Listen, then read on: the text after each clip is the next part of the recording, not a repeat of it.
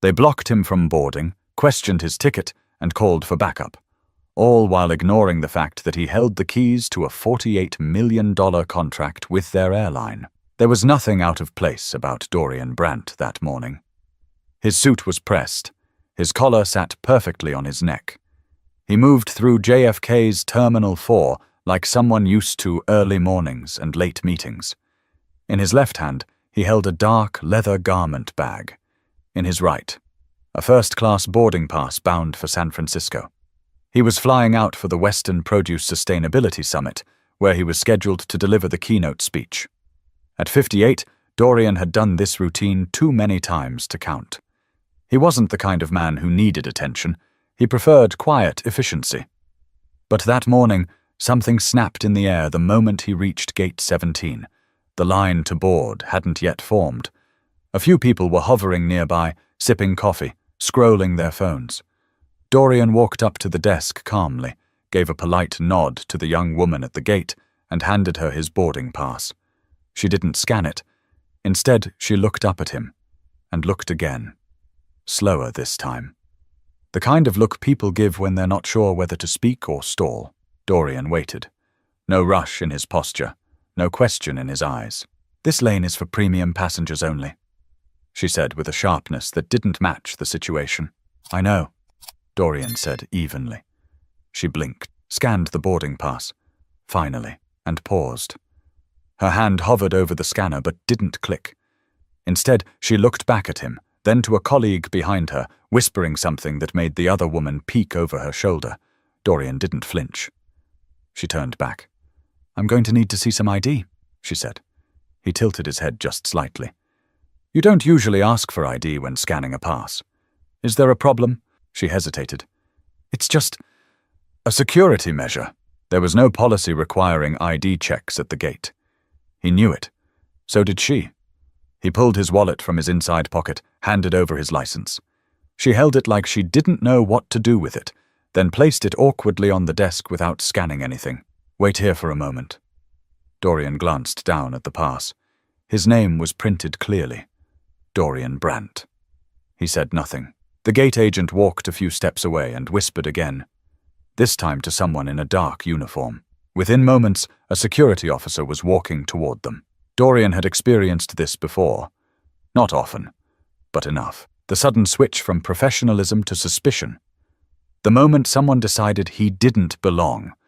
Not because of anything he said or did, just because they couldn't imagine someone like him in first class. The security officer didn't ask questions. He stood beside Dorian without speaking. His eyes tracked him like a risk assessment checklist. Dorian, still calm, stepped back from the gate and moved to the side, away from the boarding lane. He wasn't going to argue. He wasn't going to raise his voice. He wasn't going to give them the performance they were hoping for. Instead, he reached into his pocket, pulled out his phone, and made a single call. It rang once, twice. Then, "Maggie, it's me. I need you to pull up the catering contract we signed with Horizon Air 2 weeks ago, the one covering their western routes." "Yeah, I'm standing at JFK, Gate 17. I'll hold." He stayed on the line, eyes fixed straight ahead. No emotion, no visible frustration. The gate agent glanced over, realizing he was still there. She leaned into the mic on the desk. "We're just working through a minor issue," she said to the crowd of passengers now beginning to line up behind him. "Thanks for your patience." But no one was being patient. A businessman in a grey pullover leaned forward to whisper, "Is he causing trouble or something?" Dorian heard it. He didn't turn around. Maggie's voice returned on the phone. "Got it. You want me to call corporate or—" "No," he said softly. "Just flag it. I think they're about to recognize a problem." He hung up and slipped the phone back into his pocket. The boarding pass was still in his hand. He stood calmly, as if waiting for an elevator. But that call wasn't to complain. It was to warn. Dorian Brandt didn't always wear tailored suits or fly first class. He grew up in Mansfield, Ohio, in a house with soft floorboards and louder mornings. His mother, Eunice, worked the produce section at a local grocery store, while his father, Leonard, rotated between night shifts at the mill and weekends fixing neighbors' cars. They didn't have much, but there was always food on the table, and Dorian was taught early that the way you carry yourself matters. At 15, he was up at 5 a.m. on Saturdays, helping his mother sort through crates of fruits and vegetables before the store opened. It was where he learned to tell a ripe melon by touch, how to spot a spoiled apple from 10 feet away, and most importantly, how to talk to people. Not talk at them, talk to them. There's a difference, and Dorian figured it out fast. By 23, he'd graduated from Kent State with a degree in agricultural business and exactly $300 to his name. His first business was a roadside produce stand just outside Columbus. He didn't have employees, not even part-time help, just a borrowed pickup, a tent, and enough determination to sell sweet corn like it was gold. The real shift happened in his early 30s when he spotted a gap no one else was paying attention to. Sustainably grown, regionally sourced produce that could scale to meet grocery chain demands without sacrificing quality. Not boutique, not farmer's market, just real food, grown clean, delivered fast. Brandt Global Foods was born in a rented garage with one delivery route and a laptop that crashed twice a week. He made deals directly with farms across the Midwest and slowly built a network. It took nearly 15 years before his company got a seat at the table with national suppliers. Today, Brandt Global Foods supplies over 30 high-end grocery chains, 5 university systems, and, most recently, Horizon Air. The airline had come to him. They were looking to reinvent their in-flight meals after a string of bad press and disappointing customer surveys. Dorian didn't pitch, he listened. Then he gave them a plan. Seasonal produce rotations, direct farm-to-airline sourcing, and packaging that cut waste by half. They signed a $48 million contract. But Dorian never lost sight of who he was. He didn't decorate his office with awards or hang plaques in the lobby. If you walked into his building in Dayton, you'd see framed photos of his original produce stand and a wall covered in thank you notes from farmers. His assistant Maggie handled the logistics. Dorian handled the people. He also didn't like drama. He avoided attention. And above all, he didn't talk about power. He just used it quietly when needed. So when the gate agent at JFK scanned his face more than his boarding pass, and the security guard treated him like a potential problem instead of a paying customer, it wasn't just an inconvenience. It was a reminder. A reminder that it didn't matter how many contracts he signed or how many planes he helped stock. Some people only see what they expect to see. And when you don't fit the image they've built in their heads, they start looking for reasons to question you. But Dorian didn't need to raise his voice to prove his worth. He had spent a lifetime letting his actions do the speaking. That call he made at gate 17, that wasn't the beginning of a problem. That was him offering the airline a chance to fix it. Quietly. Because while Dorian Brandt believed in grace, he also believed in standards. But none of that mattered at gate 17. The woman at the gate didn't know who Dorian Brandt was. To her, he was just another name on a boarding pass she didn't recognize, one she'd decided didn't belong in the line he was in. Her name was Haley, mid-30s, new to the job, and eager to prove herself after transferring from Tulsa to JFK a month prior. She had strict instructions: maintain order, stick to protocol, and don't let anyone push boundaries. But what she lacked was experience and instincts, the kind that help you read a room or a person without jumping to conclusions. By now, passengers were lining up.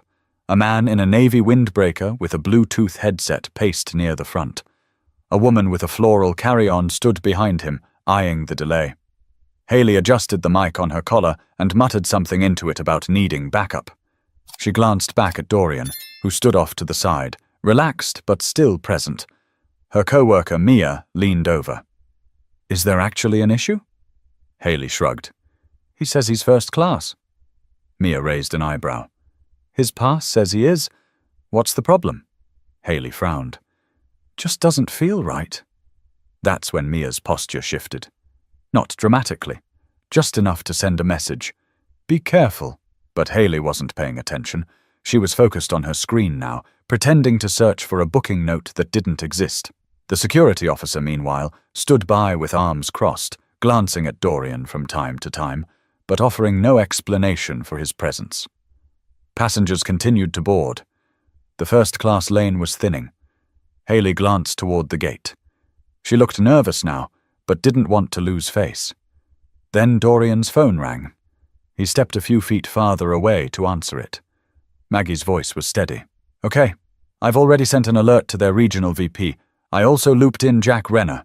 He's the head of food service integration on their end." "Thank you," Dorian said quietly.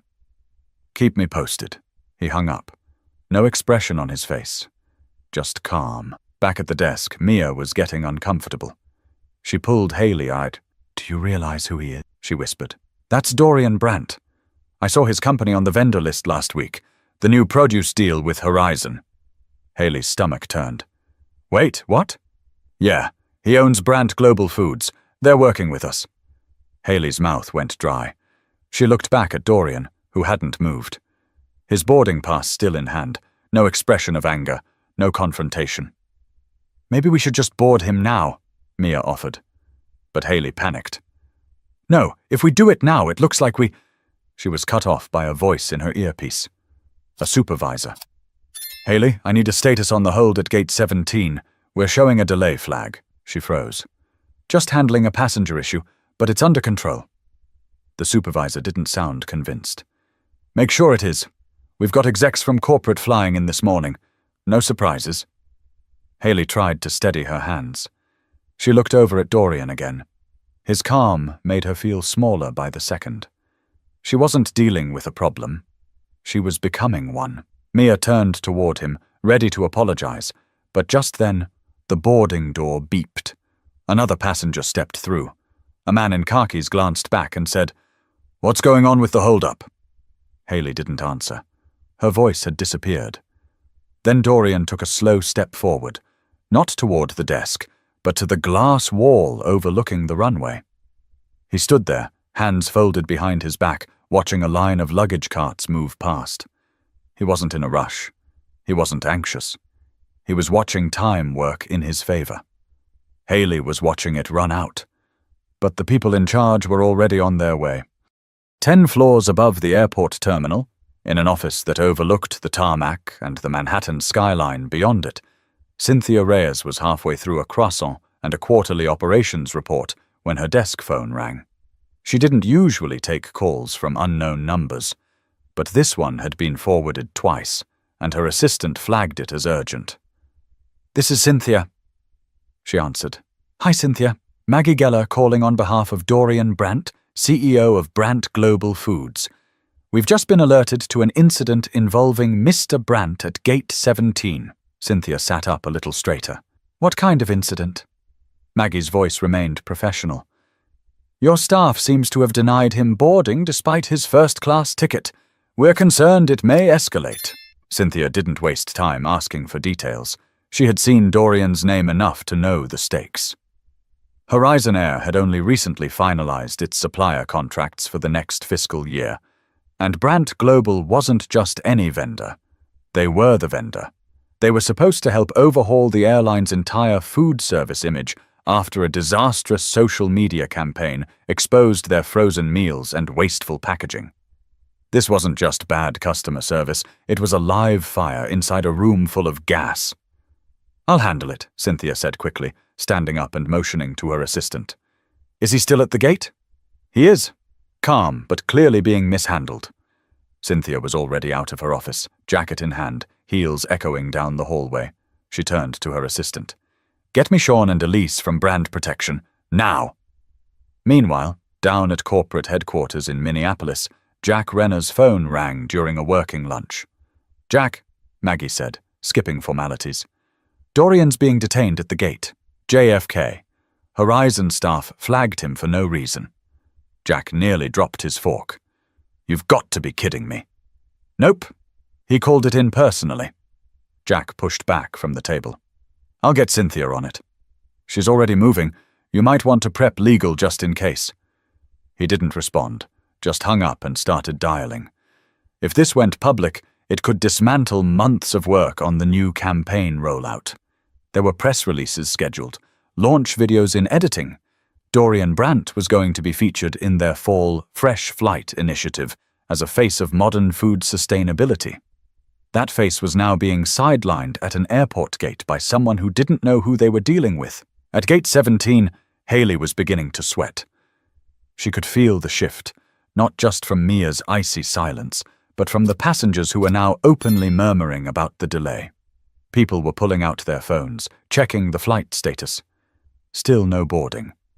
Then, without warning, a man in a navy suit and a Horizon ID badge walked briskly toward the gate, followed by a woman in red heels with a phone still pressed to her ear. Cynthia.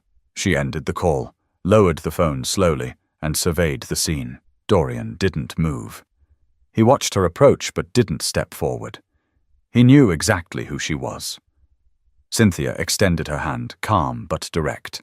"Mr. Brandt, I'm Cynthia Reyes, Executive Director of Regional Operations. May I speak with you privately?" Dorian nodded once, finally slipping his phone back into his pocket. "Of course." They stepped a few feet away. Behind them, Haley stood frozen, unsure whether to follow or disappear. Cynthia took a breath. "Mr. Brandt, on behalf of Horizon Air, I want to apologize. I've already contacted our internal team to look into the situation. This should not have happened. I'd like to escort you personally onto the flight." Dorian didn't react. He simply asked, "Do you know what seat I was assigned?" She checked her tablet. "Seat 1A, he smiled faintly. "First row. Interesting. I was told this lane was for premium passengers only." Cynthia didn't blink. "Again, I apologize." Dorian leaned in slightly. "The issue isn't the mistake, Ms. Reyes. It's the assumption behind it." She swallowed hard. "Understood." But Dorian wasn't looking for payback. He was waiting for the truth. Haley stood behind the gate desk, motionless. Her headset was still clipped to her collar, but she wasn't speaking into it anymore. She watched Cynthia and Dorian standing a few feet away, their conversation too quiet to hear, but loud enough to change everything. Passengers had stopped boarding. The monitors still showed the flight on time, but nothing was moving. Mia avoided looking in Haley's direction. She didn't need to. Everyone at the gate already knew something was wrong. Cynthia turned to wave over another man. Tall, sandy hair, black lanyard, corporate posture. This was Justin Cole, Horizon's legal liaison for East Coast operations. He'd been briefed in the elevator and knew better than to offer explanations. He extended his hand to Dorian. "Mr. Brandt, I'd like to apologize personally. I understand this experience has been—" Dorian cut him off gently. "I don't need an apology, Mr. Cole. I need you to explain how something like this happens after we sign a $48 million deal." Justin paused. There was no good answer, no scripted response, no PR-approved deflection. Cynthia stepped in. "Mr. Brandt, we understand the weight of the situation. We're reviewing our staff conduct and sensitivity training procedures, but we'd also like to assure you this isn't a reflection of our values." Dorian raised an eyebrow. "You mean it's not a reflection of the company's values? Or it's not a reflection of the gate agent's judgment?" Cynthia didn't respond. He gestured toward Haley, who now looked like she might sink behind the desk. She saw a well-dressed man with a premium ticket and assumed he was in the wrong line. Not once, but repeatedly. Called for security. Escalated the moment I asked a question. "You don't have to explain to me what that's about. I've lived it." Justin cleared his throat. "We are prepared to issue a formal apology, should you wish, privately or publicly." Dorian's face didn't change. "You think I'm here for an apology?" They hesitated. He reached into his garment bag and pulled out a thin manila folder. No fanfare, just paper. "This is a signed copy of our contract. My company now supplies every fresh item on your Western and Midwest routes. That includes produce used in your premium lounge services, by the way. So when I say that the person being blocked at the gate is your brand, I mean that literally." He handed the folder to Cynthia, who took it like a weight. "I don't want a tweet. I don't want a letter. I want better. Because the next person you treat like a security risk for doing absolutely nothing, they might not have a direct line to your VP. Silence. Passengers nearby began whispering again. A woman in the business class lane pulled out her phone, pretending to scroll, but clearly recording. Justin shifted uncomfortably. We'll initiate an immediate review and make personnel adjustments as necessary. You have my word. Dorian looked at his watch. Good. Then we can all go about our day. Before Cynthia could escort him on board, he turned slightly and looked toward Haley. She looked pale now, holding her badge in both hands like a shield. Dorian stared at her for a second, not with anger, but with something worse. Disappointment. He didn't speak to her. He didn't need to. Cynthia waved to the flight crew, who began unblocking the gate. Dorian was led down the jet bridge with Justin quietly behind him. Back at the gate, Mia stepped beside Haley. You don't get it, she said, her voice low. That man's company puts food on half the trays you serve in first class. Haley didn't answer. But the real moment wasn't in that conversation, it was what came next. The cabin crew had already been briefed. As Dorian stepped onto the plane, he was greeted not with the usual robotic smile, but with a level of attention that felt more like a quiet apology. A flight attendant named Jordan offered to take his garment bag, and another immediately brought him a bottle of water without asking. Mr. Brandt, if there's anything you need before takeoff, Jordan said, almost under his breath. Just say the word. Dorian didn't react much. He wasn't interested in gestures. He took his seat in 1A, placed the water down without touching it, and exhaled through his nose. Not relief, just breath. Controlled and measured. Outside, something strange was happening. The terminal had come to a crawl. Passengers were now checking the boards more often. First, Gate 17's status shifted from boarding to delayed. Then, within 10 minutes, another 2 gates nearby changed to the same. A man in a grey blazer tapped on the desk at Gate 18, only to be told they were experiencing an internal systems review. It wasn't just Dorian's flight. Across the concourse, 3 more Horizon Air departures were delayed. No specific reasons, just vague language. Operational hold, technical processing, crew coordination. In truth, corporate had issued a soft shutdown. A quiet pause.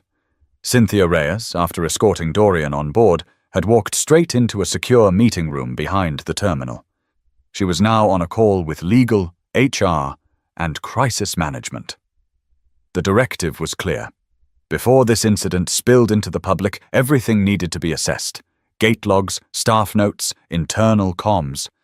Every employee who had direct contact with Dorian that morning was being pulled aside. No one would admit it out loud, but the plane wasn't going anywhere until the company knew exactly how far the damage might go. Back on board, Dorian sat with his eyes closed. He wasn't angry. He wasn't flustered. But his calm wasn't serenity. It was experience. The kind that comes from decades of having to pretend that things don't sting just because you're used to them. He thought about his father, Leonard, who once got turned away from a car dealership because the manager said he didn't look like he could afford it. He thought about his first investor meeting in Columbus, where someone mistook him for the valet. And he thought about how, after all this time, it was still happening, just at a higher altitude.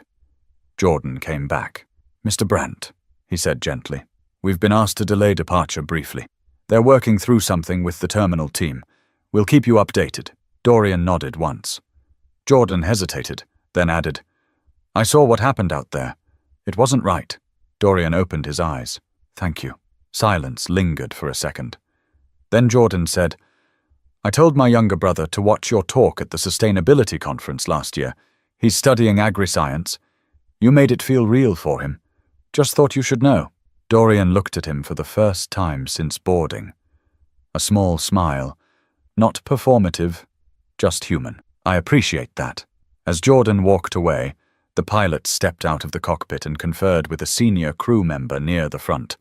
Their voices were low, but not low enough. Dorian caught a phrase. Ground hold. No idea how long. And somewhere in the back of the plane, a man groaned audibly. Figures. This airline never gets it together. Dorian didn't respond. He leaned back and watched the clouds drift outside the window. He'd done his part. The rest wasn't up to him. 20 minutes later, the internal report reached Cynthia's desk. The gate logs were clean. No threats reported, no disturbances filed. The only irregularity? A call made by the gate agent to security without documented reason. That alone was enough. By the time the flight finally began its pushback, Haley had been removed from the floor. Quietly. No announcement. No scene. Her name didn't show up on the next day's schedule. A photo surfaced that afternoon. Someone in the terminal had snapped it.